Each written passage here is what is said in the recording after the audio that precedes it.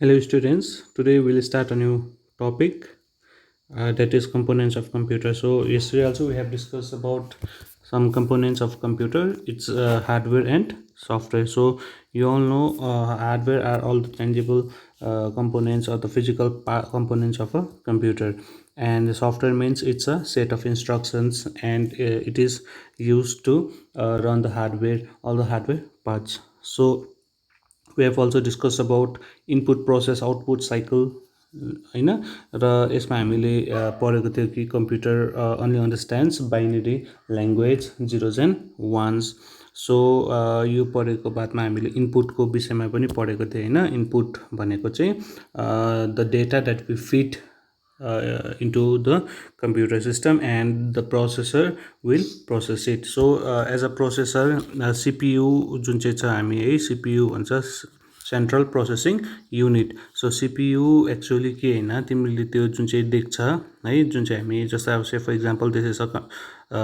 Desktop, this is CPU है. Basically हामी CPU भन्छ तर खासमा CPU चाहिँ यो डल्लै यसलाई भन्दैन. Okay, CPU is just a very small cheap है. यो जुन चाहिँ inside that cabinet you will find it. जुन चाहिँ यो ठुलो एउटा बक्स जस्तो देख्छौँ है जसलाई हामी CPU भन्छ, एक्चुअली यसलाई चाहिँ के भन्छ हामी क्याबिनेट. ओके, CABINET क्याबिनेट भन्छ. त्यहाँदेखि यसको भित्र चाहिँ जति पनि तिम्रो पार्ट्सहरू हुन्छ जस्तै अब से फर इक्जाम्पल मदरबोर्ड भयो, त्यहाँदेखि तिमीले के भन्छ SMPS पाउँछ. You will get different colours wire होइन. You will get CMOS battery, you will get RAM, and त्यहाँभित्र चाहिँ एउटा सानो चिप पनि हुन्छ विच इज भेरी के भन्छ अब तिम्रो एकदमै डेलिकेट हुन्छ जसलाई चाहिँ एकदमै प्रोटेक्ट गरेर राखेको हुन्छ है with some heat sink. And तिम्रो हिट सिङ्कको काम चाहिँ के गर्छ भन्दाखेरि चाहिँ यसले चाहिँ तिम्रो त्यो चिपलाई हिट हुनुबाट बचाउँछ. अनि अर्को चाहिँ तिम्रो फ्यान हुन्छ. ओके, सो फ्यान हुन्छ. And this is actually known as central processing unit. Okay, so the whole thing that you see जसलाई हामी CPU भन्ने गर्छ है, actually that is not CPU. Okay, त्यसलाई हामी भन्छ cabinet, and inside that you will get different components. Okay, so त्यो हामीले हिजो स्टोरेजको विषयमा पनि पढ्यो है. स्टोरेजको विषयमा just I have told you primary जसलाई मेन मेमोरी पनि भन्छ, एन्ड अर्को चाहिँ हो तिम्रो सेकेन्डरी मेमोरी जसलाई हामी अक्जिलरी मेमोरी पनि भन्छ. And beside that we have cache memory also, CACH cache memory. And this memory helps CPU को जुन चाहिँ पर्फर्मेन्स छ त्यसलाई स्पिड अप गर्नुको लागि क्यासे मेमोरी इज युज. सो क्यासे मेमोरी चाहिँ तिम्रो it's between your CPU and your RAM. Okay, so whatever the things that you do, that you perform in a computer, when you open it up, त्यति बेला चाहिँ तिम्रो हरेक जो programme चाहिँ फर्स्ट अफ अल कहाँ जानु पऱ्यो भन्दाखेरि तिम्रो ऱ्याममा जानु पऱ्यो, अनि मात्रै तिमीले you can save it in your secondary or auxiliary memory. So primary मेमोरीमा हामीले हिजो पढिहालेको थियो ऱ्याम एन्ड रोम, जसलाई हामीले ऱ्यामलाई टेम्पोरेरी अर भोलाटाइल मेमोरी भनेको थियो, अनि रोमलाई non volatile and permanent memory भनेको थियो. ओके, सो मैले हिजो पनि भन्दै थिएँ कि ऱ्यामको अरू भेरिएसन अरू भेरिएन्ट्स पनि छ अथवा त्यसको टाइप्स पनि छ. त्यो चाहिँ के हो भन्दाखेरि DRAM and SRAM. Okay, so RAM त यु नो है random access memory. It is a primary volatile memory. Volatile भनेको I hope you have understood होइन. भोलाटाइल मिन्स जब पनि तिम्रो इलेक्ट्रिक सप्लाई कट अफ हुन्छ त्यति बेला त्यहाँ भएको डेटा हुन्छ जति पनि त्यो सबै के हुन्छ इरेज्ड हुन्छ या लस्ट हुन्छ. Okay, so that is a volatile memory. So ऱ्यामको दुईवटा टाइप छ. वान इज DRAM जसलाई हामी भन्छ dynamic random access memory, and SRAM means static random access memory. So DRAM and SRAM. So DRAM र SRAM को difference पनि दिएको छ यहाँ. यु क्यान सी है DRAM is use in main memory where SRAM is use in cache memory. Okay, so I have told you about the cache memory. Okay, so cache memory it's a memory that is use to speed up the performance of a के अरे CPU. त्यहाँदेखि DRAM is इनएक्सपेन्सिभ. DRAM चाहिँ एकदमै सस्तो भनौँ, where SRAM is very expensive. DRAM use less power SRAM use more power, slower than SRAM, faster than DRAM. So यसको difference त्यस्तो ज्यादा पनि छैन and you can just memorise it. ROM, read only memory. So ROM चाहिँ के हो भन्दाखेरि तिमीलाई सिम्पल भाषामा या सिम्पल इक्जाम्पलमा बताउनु पऱ्यो भने in a convoy of chief minister है, you see there are so many vehicles running after the vehicle of chief minister as well as a front vehicle which we called as a pilot. Okay, so pilot गाडी भन्छ नि. पाइलटले चाहिँ के गर्छ भन्दाखेरि चाहिँ जति पनि अगाडिको हिन्ड्रेन्सहरू छ, डिस्टर्बेन्सहरू छ, त्यसलाई क्लियर अप गर्दै जान्छ. ओके, सो पाइलटको काम चाहिँ के हो भन्दाखेरि you will check all the रोड्सको जुन चाहिँ स्टेटस छ है, रोड कस्तो छ, रोड बिग्रेको छ कि, रोड राम्रो छ कि, रोडमा कुनै गाडी तेर्साएको छ कि. So pilot will check all the things. That means उसले चाहिँ एउटा के भन्छ थरोली उसले चेकअप गर्छ. So ROM is like that in a computer. ROM जब हामी कम्प्युटर बुट गर्छ है, बुट मिन्स वी स्टार्ट है, कम्प्युटर स्टार्ट गर्छ, त्यति बेला it checks all the parts of the computer that whether they are connected or not, whether any wire is disconnected. So everything will be checked up by ROM. So ROM once you have written anything, you cannot get erased in. So read only memory. So once you have written, it's okay, then you cannot edit or you cannot rewrite it. So it generally used in startup operation. So I have told you जब computer start हुन्छ त्यति बेला चाहिँ ROM gets started and activate भएर चाहिँ यसले सबै कुराको चेक गर्छ. It is a non volatile primary memory. Further it may be classified as, so रोमको पनि क्लासिफिकेसन गरेको छ. PROM, programmable read only memory, and EPROM means erasable programmable read only memory. त्यहाँदेखि EEP ROM, electrically erasable programmable read only memory. So from this also you can see है कुन चाहिँ erasable छ, कुन चाहिँ नन इरेजेबल छ. And just तिमीले याद गर्नुपर्ने कुरा चाहिँ के हो भन्दाखेरि रोमको 3टा क्याटेगोरी मतलब क्लासिफिकेसन गरेको छ है. त्यो चाहिँ हो PROM, programmable read only memory है. त्यहाँदेखि EPROM, erasable programmable read only memory. And EEP ROM भनेपछि electrically erasable programmable read only memory. Okay, so next is secondary memory. Secondary memory त we have already discussed हैन. secondary memory र primary memory मा के difference छ भन्दाखेरि चाहिँ secondary memory मा चाहिँ you will get a larger space है, larger amount of size हैन, where you can keep all your data safely. and त्यसमा अब जस्तै हामी हार्ड डिस्क है, मेन हार्ड डिस्क हो. हार्ड डिस्क जुन चाहिँ हाम्रो कम्प्युटरमै हुन्छ या ल्यापटपमै हुन्छ. त्यहाँदेखि external hard disk also will get होइन. त्यहाँदेखि you have pen drives and you have compact disc जसलाई हामी सिडी पनि भन्छ होइन. सो दिस आर इक्जाम्पल्स हो तिम्रो के अरे secondary. and this are not directly connected to the CPU. CPUसँग कनेक्ट हुने चाहिँ के हो भन्दाखेरि ऱ्याम हो. okay, so RAM will get directly connected to CPU, but secondary कुनै पनि डिभाइसेसहरू के हुँदैन तिम्रो कनेक्टेड भएको हुँदैन.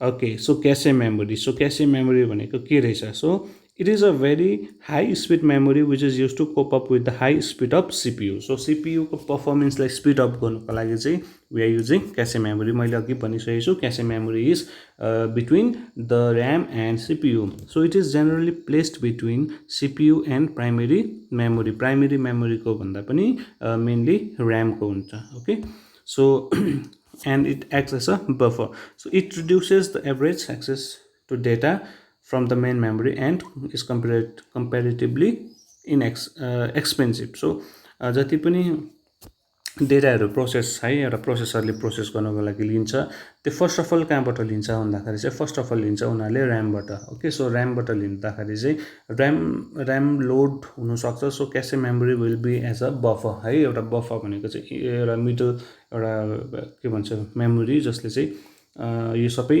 ऱ्यामलाई चाहिँ के गरिदिन्छ, अलिकति हल्का पारिदिन्छ. देन अल द इनपुट्स अब प्रोसेसिङको कुरा गरौँ है. यु क्यान सी हियर अब एउटा इक्जाम्पल CPU है. क्यासे मेमोरी इज बिट्विन प्राइमेरी मेमोरीको पनि ऱ्यामको बिचमा हुन्छ, ऱ्याम एन्ड CPU को बिचमा हुन्छ. त्यहाँदेखि secondary. So secondary memory is not directly connected to CPU.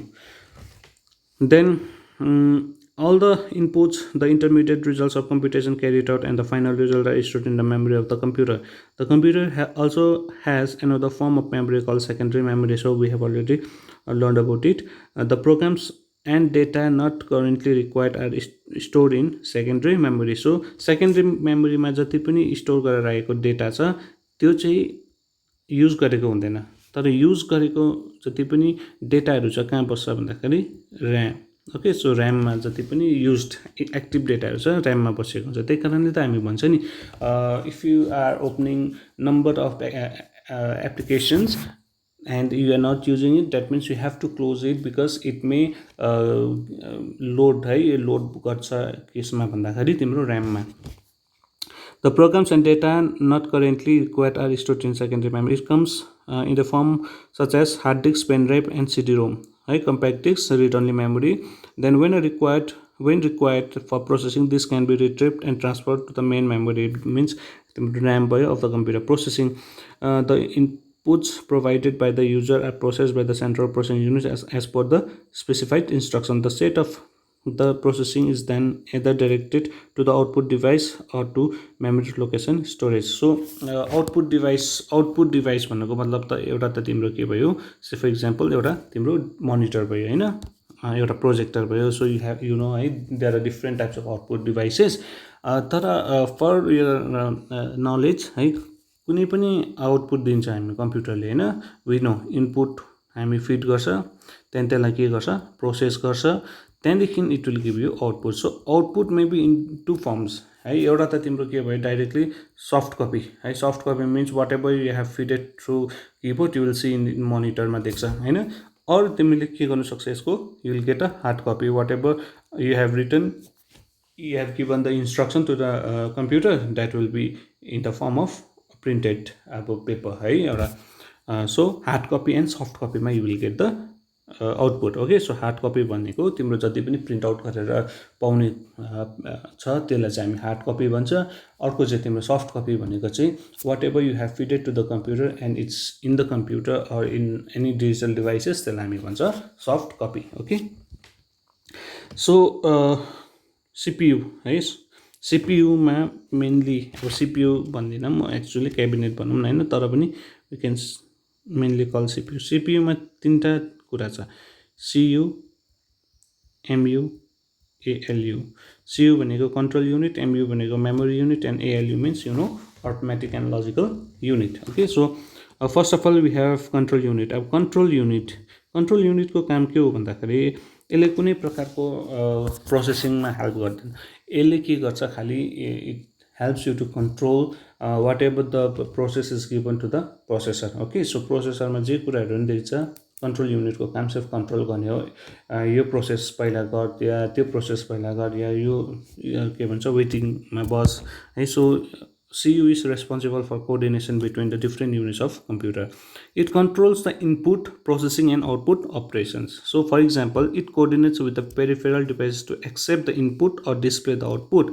It is like a manager of all the operations. So manager काम के हो भन्दाखेरि म्यानेजरले के गर्छ भन्दाखेरि चाहिँ in suppose you are in a hotel है, तिम्रो होटलमा चाहिँ एउटा म्यानेजर छ भने चाहिँ उसले के गर्छ भन्दाखेरि चाहिँ he will manage all the things है.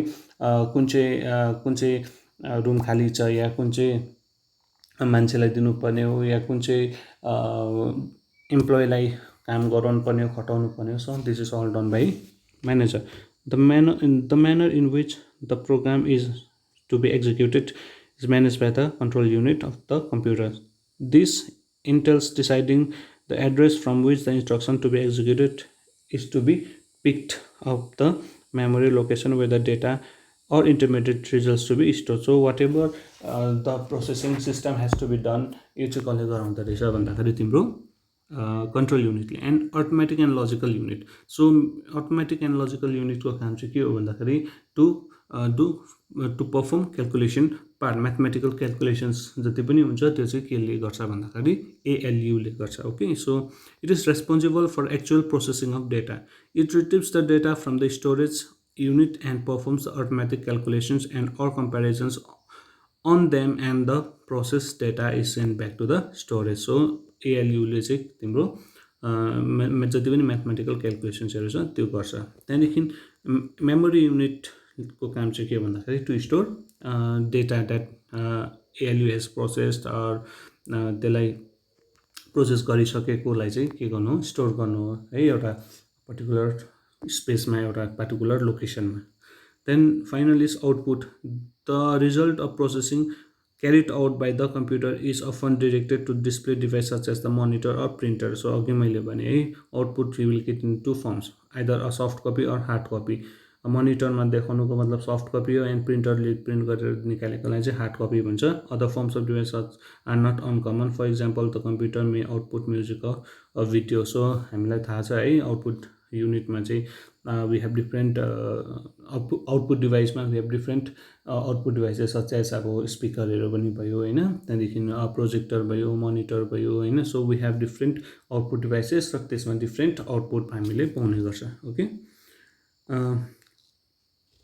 then here you can see है block diagram of a computer होइन सो डेटा हामीले जुन चाहिँ दिन्छ त्यो चाहिँ इनपुट युनिट है एज अ इनपुट युनिटबाट हामी त्यसलाई फिड गर्छ त्यहाँदेखि त्यो फिड गरेको कहाँ जान्छ भन्दाखेरि it will not go directly to secondary memory है के भन्छ तिम्रो उसमा जाँदैन फर्स्ट अफ अल है it will go to primary memory then it will go to यो control unit automatic and central processing युनिटले यसलाई चाहिँ के गर्दैछ प्रोसेस गरेर चाहिँ finally you will get the output and that output is called as an information so अस्ति हामीले भनेको छ डेटा भनेको चाहिँ के हो भने डेटा र फ्याक्ट्स एन्ड फिगर्स होइन सो यही डेटाबाट चाहिँ will get the information so information पाउनुको लागि चाहिँ हामीलाई थुप्रो स्टेप्सबाट जानु पऱ्यो द्याट मिन्स प्रोसेसरले प्रोसेस गर्नु पऱ्यो अब प्रोसेसरमा पनि वी नो कि there are control unit there are automatic and logical unit and there is के भन्छ तिम्रो मेमोरी युनिट सो जब यो सबै गरिसक्छ you will get the output as an information